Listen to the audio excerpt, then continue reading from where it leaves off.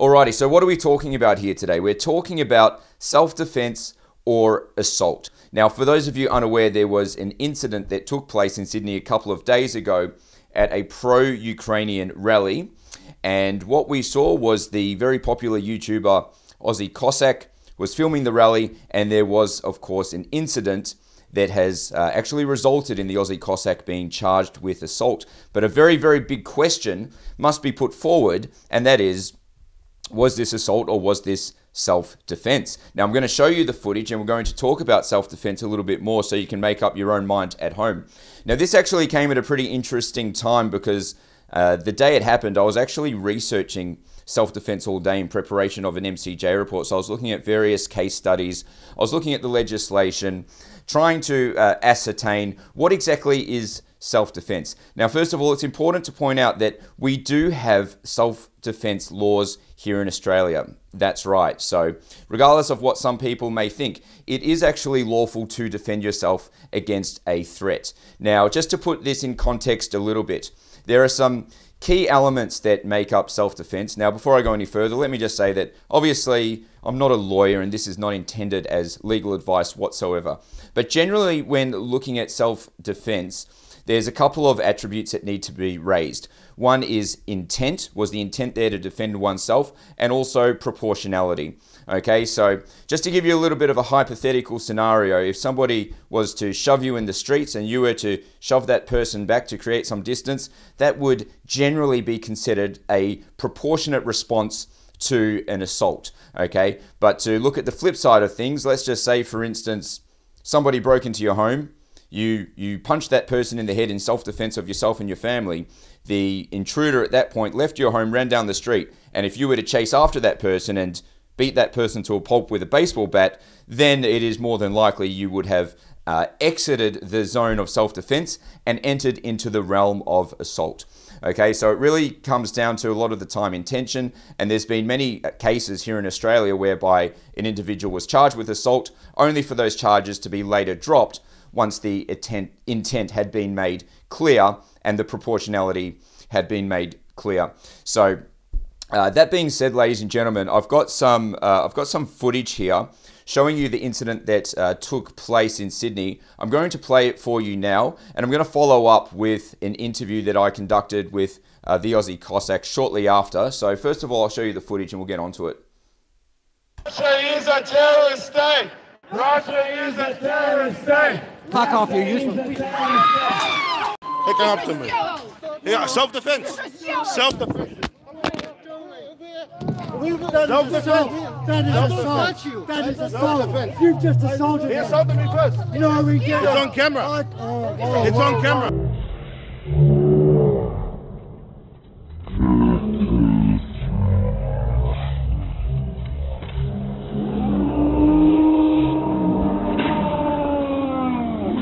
Terrorist state. Russia is a terrorist state. Russia is a terrorist. Oh! Oh! Oh! What the hell are you doing, mate? What are you doing?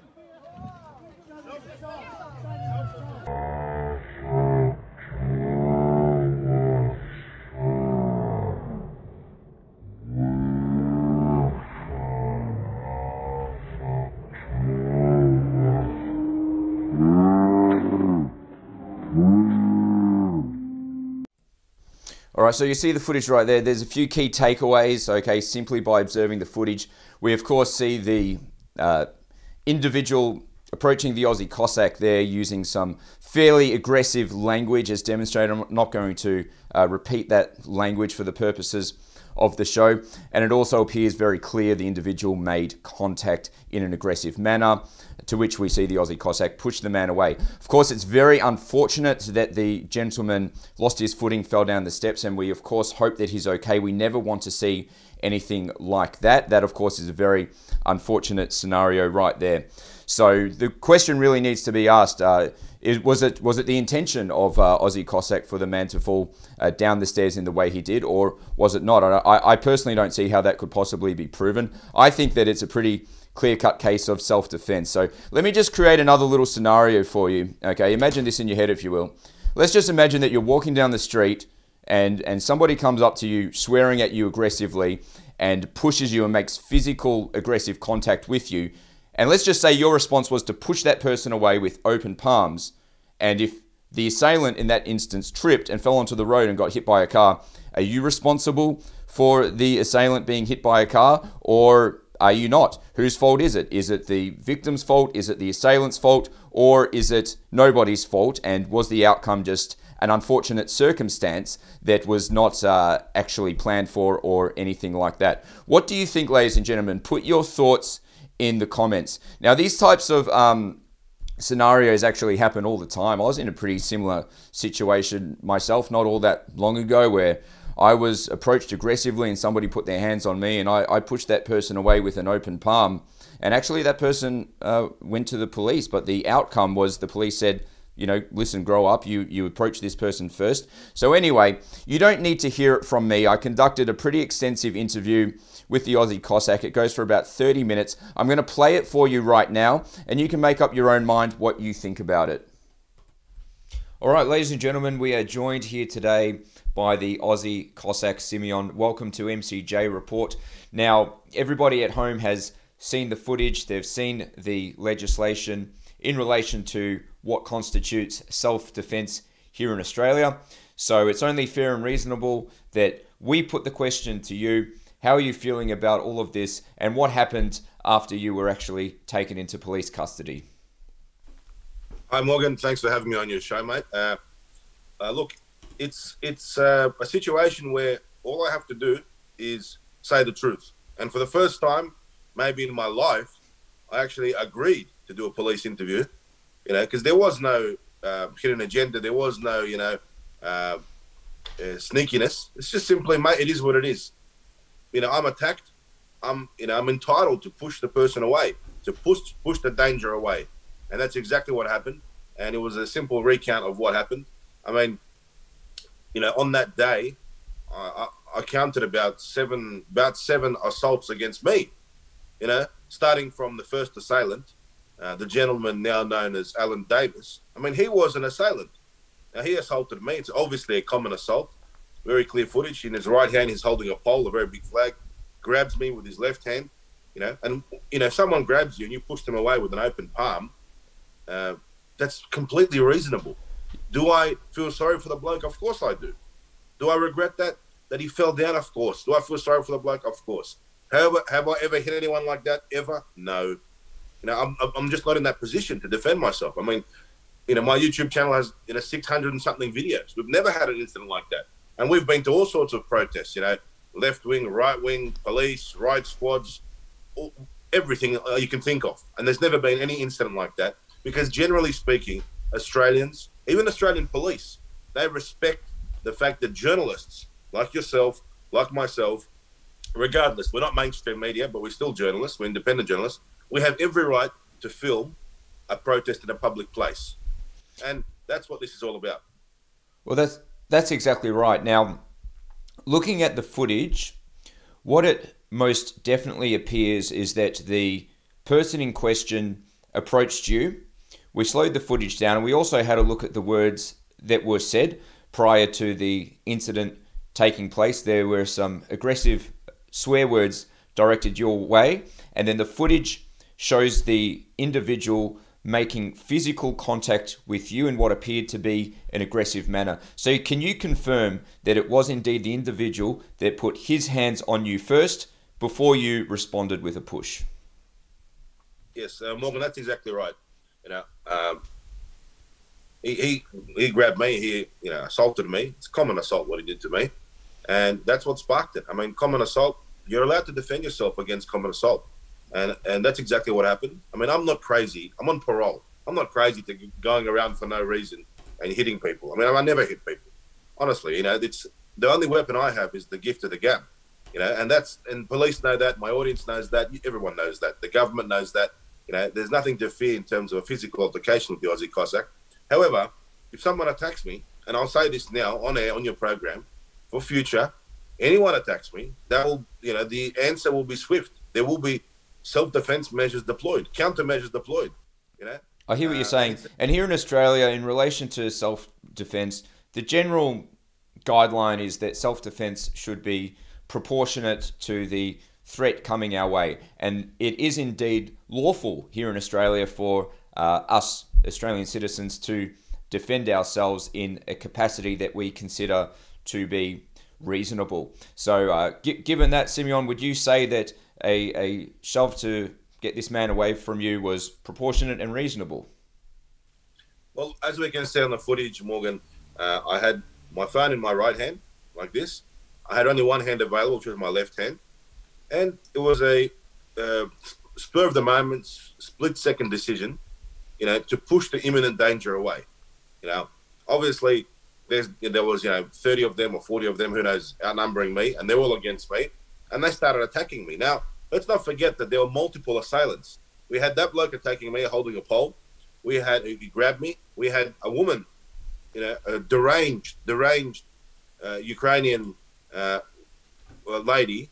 You should see the look in her eyes if you can put up a screenshot on screen. This is the woman who actually smashes me, karate chops me, and smashes my hand out of my phone out of my hands. And that Samsung S22 had its screen completely smashed. And for some reason, the police seized my phone, saying it's part of the investigation. I'm not sure if they're going to charge the lady or they're just trying to download all my data. Have a look at who I'm talking to and so forth. But I think that's highly illegal anyway. I've got nothing to hide. So, yeah, absolutely. Now, in my opinion, it looks pretty clear cut to me. It looks like a very clear case of self-defense. Of course, it is unfortunate that the man happened to fall down those stairs, and of course, we're hoping that he is okay.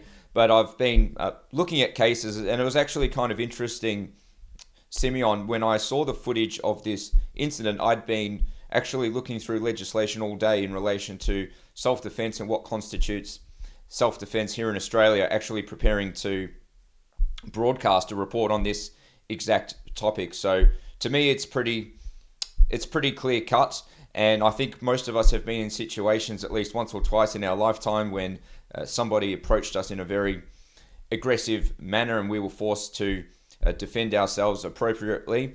Now, what it appeared to me was that it was you were trying to create some distance between the man who had approached you, between you and him, and it appeared that you used an open palm. You didn't make a fist, you didn't punch him or anything like that. I just wanted to confirm.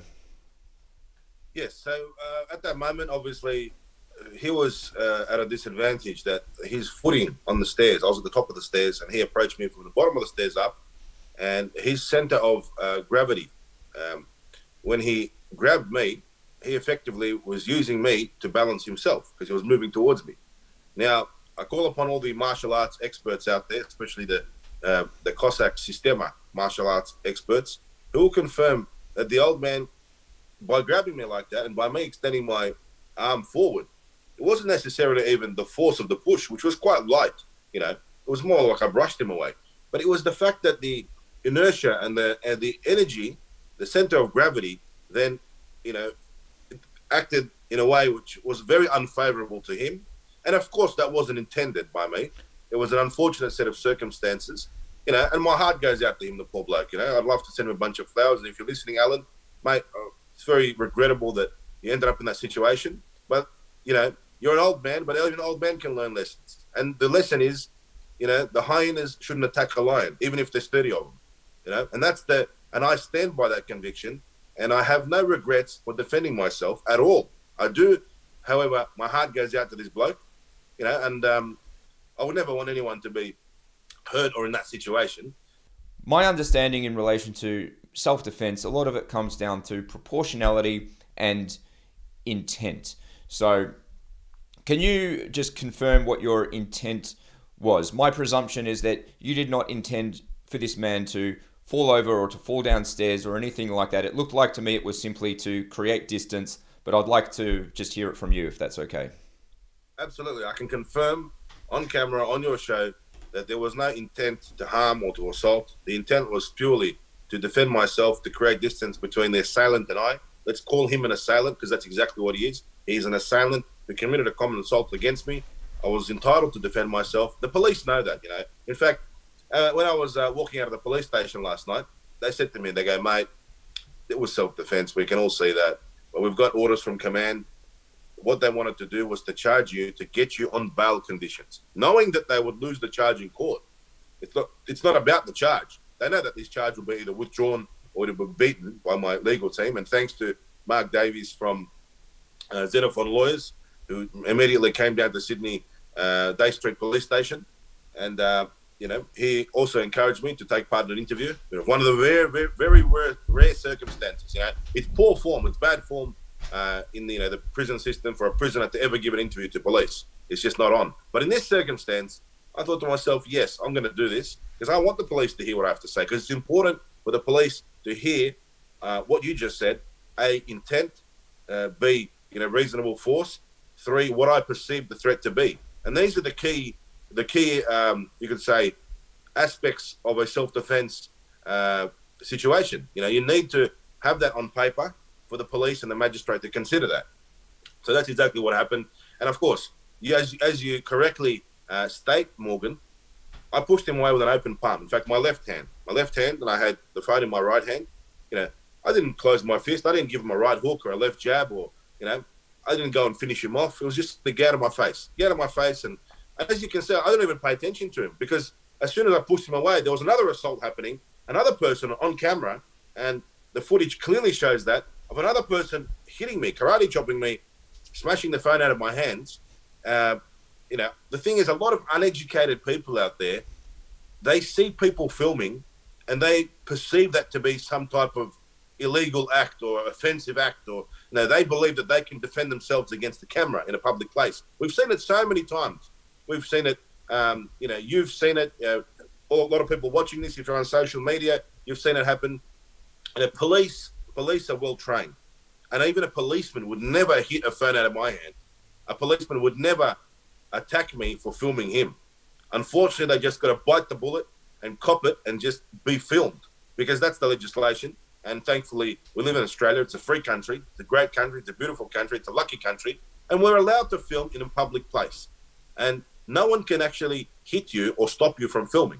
Now, I think that's what the perception was. And this is the problem. You got uneducated people. They're silly. They've probably come from Ukraine a few years ago. They're still not even citizens. And they think they can walk around and hit people. It's not on. I mean, how many times have I been filmed? I've been chased down by Four Corners, Current Affair, Channel 9, Channel 10, Channel 7, ABC. Mate, it's part of the game. You just got to film, and you got to. The only way you can react is to behave in a certain manner, which is favourable to your case.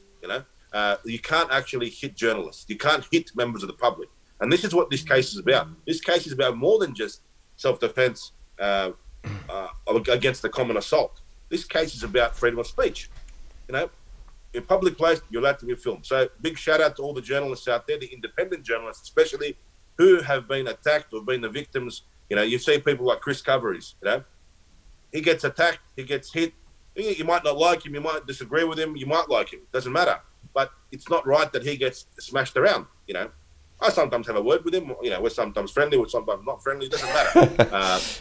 Seems to be a bit of a love-hate relationship sometimes between you two. Generally, we're friendly. He's a good bloke. He's all right. And I like his work. He's balanced. And what he does is he brings in an aspect of the left into the freedom movement, which is good to explore the left, because the left aren't very prominent in the freedom movement. So that he's also got his role to play and his job to do. But he's also a victim. He also often gets hit with umbrella sticks and walking sticks and fists and slaps, and that's not right. Now, it's an interesting question, Morgan. The police know that I was assaulted on multiple occasions, beginning with the old man's common assault. The footage clearly demonstrates there's about 7 times where people hit me in that video. I mean, I was very conservative to only defend myself once. I'm not a boxing bag, I'm not a punching bag, but I am very calm in these situations. And, your viewers and my viewers will definitely attest to the fact that in many situations, high-risk situations, very antagonistic situations, I always managed to remain calm. And I can say confidently on your show that when I pushed him away, I was cool as a cucumber and I was calm. There was no aggression. It was a cold face. There was no intention to assault or harm or, anything like that. It was just simply, get out of my face, mate, bang. And this is a message. And I want to ask you a question, Morgan. You know the legislation. You've obviously looked into it. You've done a bit of research into this. Can we just confirm that, yes, it is legal to defend yourself and using reasonable force, push away an assailant. It's completely lawful, and I can let's see, I can pull up the legislation right now, and I specifically looked into New South Wales just to confirm. It's very, very similar across all states though. So what we have here is from the Crimes Act, and I'll put it up on the screen. It says self-defense is lawful. Okay, so this is the context. It's lawful. I'm reading now, quote, "A person is not criminally responsible for an offence if the person carries out the conduct constituting the offence in self-defense, and that could be necessary to defend himself against another person." Now, it's also important to point out that in doing so, the self-defense must be proportionate to the risk being faced, and there must be some sort of intimidation or threat to one's safety. And based on the footage, Simeon, I very, very strongly believe that you meet all the criteria for self-defense. And of course, there's a sliding scale. You know, there's been cases where individuals have been acquitted of all charges after using a firearm against somebody who was posing a threat. It's all about proportionality. So I'm actually a little bit concerned about the onerous bail conditions that have been slapped on you in relation to this incident. Now, are you in any position to talk about that? Well, absolutely. I'm more than happy to drop this exclusive on your show, because it hasn't been published yet. But here we go, guys. I'll tell you the outrageous bail conditions, and this is why I think the police ended up charging me, because they held me for a long time. There was no charge laid, and then they had 15 minutes to go before they could charge me or release me. I could walk. All of a sudden, they, senior police on the phone. There was all these people. My favourite prosecutor, Robert Brackenridge, shout out to you, mate. He actually rocked up to the Day Street Police Station, and he was observed by witnesses walking to the front door. So definitely had a big team working on this. And the question was, do we charge him or not? Now, I've heard the senior police say this to me previously, that we'll get you on something. We'll get you on anything. We know it might not stick. It might not hold up in court. We might have to withdraw it. It might be defeated in court. You might win, Cossack. But we're going to put on bail conditions until the court date. Now, the bail conditions, ladies and gentlemen, are as follows. First thing, I can't organise or attend any protests. What has that got to do with anything? A very interesting one. That the police have probably been waiting for a long time to get that one. Second bail condition, I had to hand in my Australian passport. And the police know that I had travel plans to fly to Russia for the 40th day of my deceased relative who was killed 40 days ago. And memory eternal to him. It's very sad that he was killed. I'm the godfather to his daughter. So unfortunately, they've stopped those travel plans. I paid over $6,500 in airline tickets, and they've stopped me from flying now. Very, unfortunate, but what can you do? It just means I'll be here. If the Australian police and the policymakers were smart, they would have got rid of me, send him away. Now I'm here, guys, and I'm not going anywhere. So, I did get permission from the parole board to fly, and that was a surprise trip I was going to make. But unfortunately, I've been also banned from entering within 200 meters of any airport or any port or international point of departure. Now, the next ban I've been placed on is I'm now banned from entering with a 2-kilometre zone of Sydney, or the centre of Sydney. So that's everything from Redfern, Pyrmont, Woolloomooloo, Central, Town Hall, Wynyard, basically New South Wales Parliament, all of the juicy areas where all the Downing Centre courts, all the places where, the Aussie Cossack needs to be on the beat, on the street and making a story, they've now banned me. And obviously these strange bail conditions do not relate to the charge at all. I mean, what's the charge? It's defending myself against the common assault. So did I miss? Oh, this is another one. I had to surrender my phone. Now, I did not give consent for this, right? I said, I do not give consent. They said to me, we need to get the footage of your phone of the incident. I said, what do you mean? The incident was live streamed. There's no footage on the phone of the incident. In a live stream, the footage goes directly onto YouTube. I don't even have a copy. And I've got them on body cam saying that's why they want my phone. And then I said, well, you don't need my phone now, do you? And they said, no, the detectives are going to seize it, and we want to, download the data and so forth. I said, no worries, go for it, knock yourself out. But I'm not giving you consent. You do not have my permission. So we'll see what eventuates out of that. But I think that's pretty much all of the bail conditions. And I have to also now report to the police 3 times a week, which is excellent. That means that 3 times a week, my viewers are guaranteed to have an excellent video of me, Aussie Cossack marching into a police station. So. Well, when I hear you speak about these bail conditions, there appears to be, and of course I'm no expert on the matter, but bail conditions that are not related to the alleged offence in question, such as keeping you out of the Sydney CBD. What if you have friends and family, or you need to be there for a range of different reasons? Keeping you away from protests, which I think doesn't make any sense whatsoever considering the circumstances of which we've been presented. But seizing your phone, and I do consider the police are very much aware of the fact that you live stream, you upload, and everything you do is on social media and YouTube. So I don't want to go down the rabbit hole of conspiracy theories, but do you think there's any possibility that the police have placed these onerous bail conditions on you, and I've seen this done in Victoria, not in relation to proportionality, but in relation to perhaps something else, potentially malice? Absolutely. I think this is a police special operation. Actually, I know it is, because I know that there was a whole range of senior police involved, and perhaps even joint task force. So I'm saying even organisations, government structures who are above the police, they were involved in this. This was their aim, this was their goal. Now, this goes down to the, rewind to what actually happened. We had someone who threw themselves at me, attacked me. I defended myself. Even on that video, we had people, I've caught people on camera. If you have a look at that video, guys, 14 minutes I think it goes for, there's people on camera saying, hit me, attack me. And I'm saying, mate, are you normal? You're asking me to hit you? So you've got people throwing themselves at me, asking me to hit them. So it could, when you talk about conspiracy theories, who knows? Was this some plan to try and get me, to try and force me to commit action that could be perceived as an offence? Although I had very reasonable legal grounds, but the police reaction, the police response, they knew themselves. I did a great interview. I said everything. I might even publish part of the interview online, where I said, mate, no intent to harm, purely self-defence, so forth and so forth.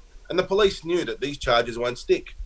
This charge, if it gets to court, I asked the police, mate, if you're going to charge me, why don't you charge everyone on the day who assaulted somebody? If you want to be fair, if you want to be lawful, if you want to, be, what's the word? We want to be accurate. You want to be... equal under the law, things like that. Yeah. Sure. Yeah. Charge all the assaults.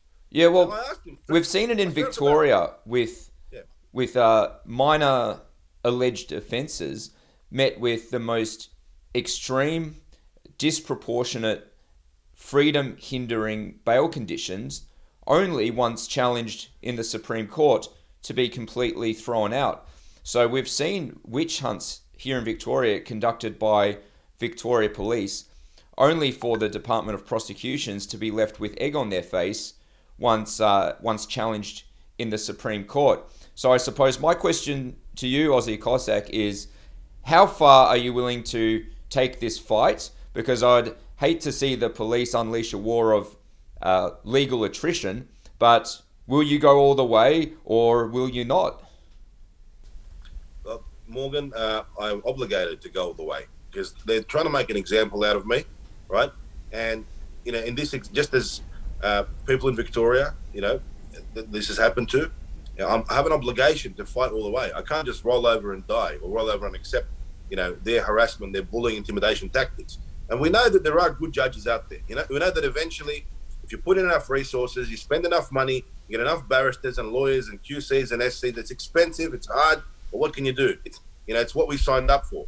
We're in the freedom movement, we're defending freedom, and we can't allow the police, the abuse of the police system, the police abusing the legal system, abusing those mechanisms which are available and then there being these mechanisms, these intimidation tactics, they're being deployed against freedom. They're being deployed against people in an effort to gag, to stop, to hinder people, hinder journalists, hinder, from organising protests, from pushing back, from speaking up. And this is what the police have done. So I've instructed Mark Davies and Xenophon solicitors to begin the process to set down a court date. We're going to fight these ridiculous bail conditions, which have nothing to do with the charge at all. And look, the charge itself is it's false, it's frivolous, it's very clear. You can. I might even do a video. We might do the pub test, which is go to a few pubs in Sydney. Obviously not in the centre because I can't go to 2 kilometres. I might go to a few of the pubs around the outskirts of Sydney and just ask people, mate, have a look at this footage. What do you think? Is that self-defence or is that not self-defence? And people will say, mate, Aussie Cossack, I'm surprised you didn't KO him. And that's the thing. I used minimal application of force. I even said to the plainclothes detectives who were interviewing me, I said, mate, what less could I have done? What less could I have done? Blown him a kiss? I mean, what else could I have done which was less than what I did? Open palm, just pushing away simply. It's one of the least lethal or least, you could say,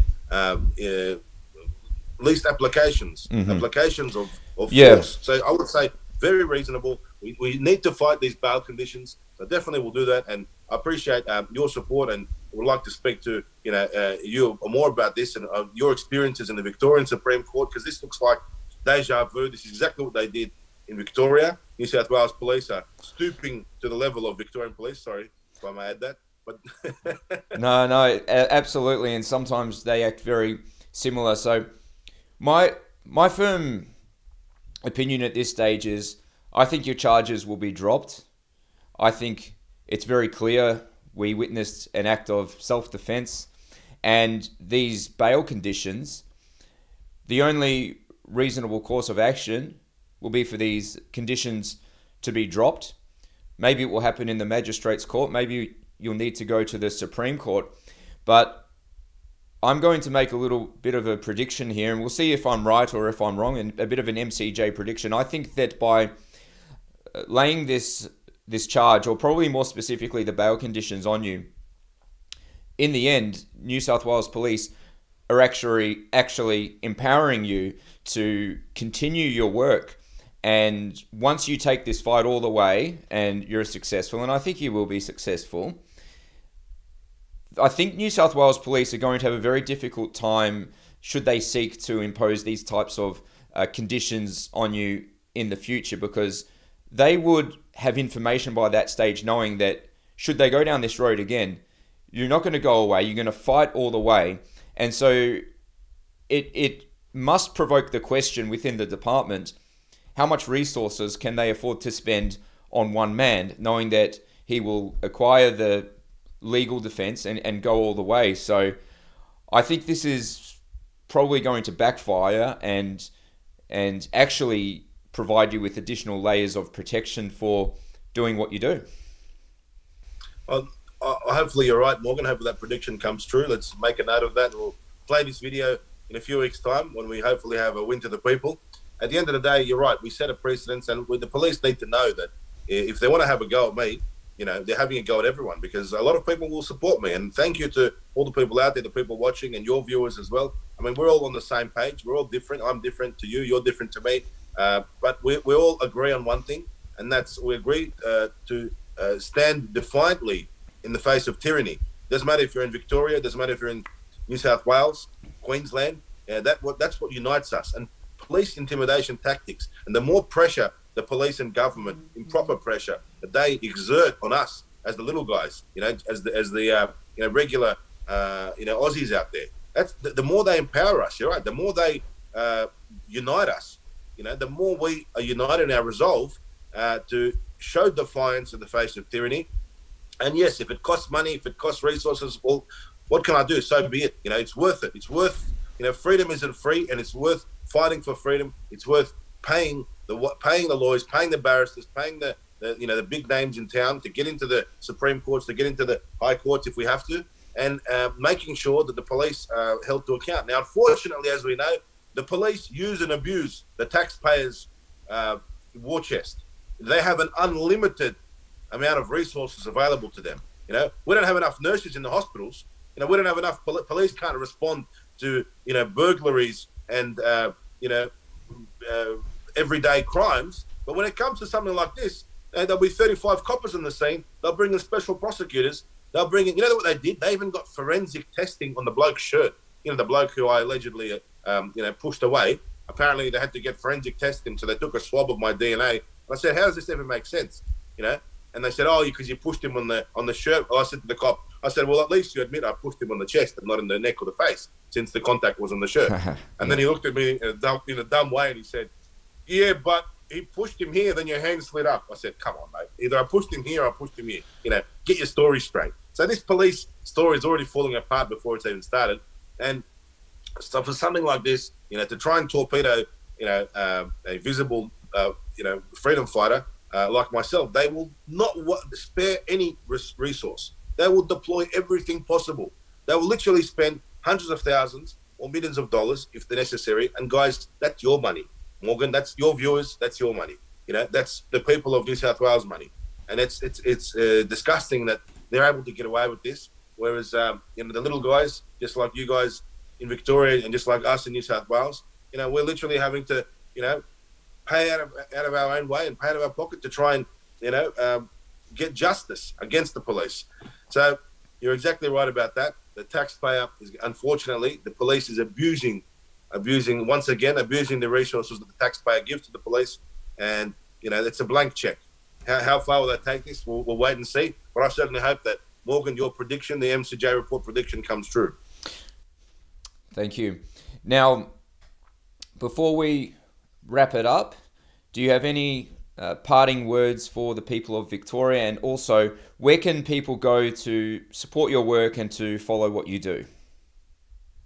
Well, thanks to everyone watching, and I know predominantly your audience is in Victoria. You guys have done a great job, an excellent result in the Victorian elections. 90,000 people, more than 90,000 people voted for the Victorian Freedom Party. It's an excellent result for a party that's having their first go at the elections. You know, congratulations to all of your colleagues, Morgan, all of your team, your candidates, and all of their seats. You know, it was a very impressive result. It's impressive, firstly, to get that structure into place. And let's say, hopefully, that continues, that energy. It's unfortunate that dictator Dan Andrews won, and I think he just reeks of corruption. And, you know, shame on everyone who voted for Dan Andrews. End of the day, we know that many people didn't vote for him. We know that there are a lot of people, you know, we need unity. You know, we had a lot of candidates running against Dan, but, you know, when you got Dan is one and his supporters vote for him, and the anti-Dan candidates, there's 5 or 6 of them. So the votes get split up. So I suppose my parting message, you know, try to stay together, be unified, you know. And Morgan Jones, you know, I can fully endorse him as a great leader for Victoria. Rally around him, you know. Honestly, we need leaders. We need people who can provide the hope for the others, and the people will rally, just as we saw in Victoria. So congratulations to everybody in Victoria on that excellent result. It certainly, they didn't expect that result. I don't think the mainstream parties or the mainstream media or the current government in Victoria expected the freedom movement to get such an excellent result with over 90,000 votes. You know, having to, you know, dip your toes in the water for the first time, that's excellent. And we've got obviously a New South Wales election coming up. So we'll look to Victoria. We'll look to Morgan, to your party and yourself to see how we can use that experience that you guys have created. You know, an excellent model for New South Wales to move forward on. And I think there's this battle is just beginning, and we're not going anywhere. You know, they can temporarily gag us or confiscate phones or ban us from going in near the city, or confiscate passports, or, you know, give this, you know, false charges at us just to slow us down. At the end of the day, you know, you can take down the Aussie Cossack, but there's thousands more. There's hundreds of thousands of more. At the end of the day, there's millions more. For every one they take down, 10 will come in his place. So thanks, Morgan, to you personally as well. You know, I've just been released out of custody, and you've done this show off the bat straight away. It'll probably be the first MCJ report that's coming out about this developing story. So thanks to you, mate. Thanks to your great work. Check out my channel, Aussie Cossack YouTube. And guys, I'm going to repost this video on our channel. So head over to Morgan's channel as well, MCJ Report on YouTube, and make sure you subscribe to him. Alrighty, so there you go, ladies and gentlemen. So what are your thoughts? Put your thoughts in the comments. I think you know what my thoughts are at this stage, but of course you are more than free to make up your own mind. So do you think assault or self-defense? Now, I'm going to leave you with my closing thoughts and my closing opinions. Now, just a couple of things. I think that it is fair to take the position in this world that if somebody approaches somebody else aggressively and makes aggressive physical contact, otherwise known as assault, that person must unfortunately accept the consequences of what could potentially happen. So I think the moral of the story is, if you do not want to find yourself in trouble, do not go up to people, do not be aggressive, do not put your hands on people, do not assault people. Of course, in saying that, the gentleman who was injured as a result of this incident, we of course do hope that he's okay. We hope that he is on the road to a speedy recovery. So my conclusion after watching this and taking all factors into consideration, I do consider this an act of self-defense, and I don't believe that it is possible to prove that there was some type of intent to do anything more outside of simply a shove. So those are my thoughts, ladies and gentlemen. You, of course, are free to disagree with me, or you can agree with me. But in the meantime, go ahead, share this broadcast, get the word out there, and I will catch you next time on MCJ Report.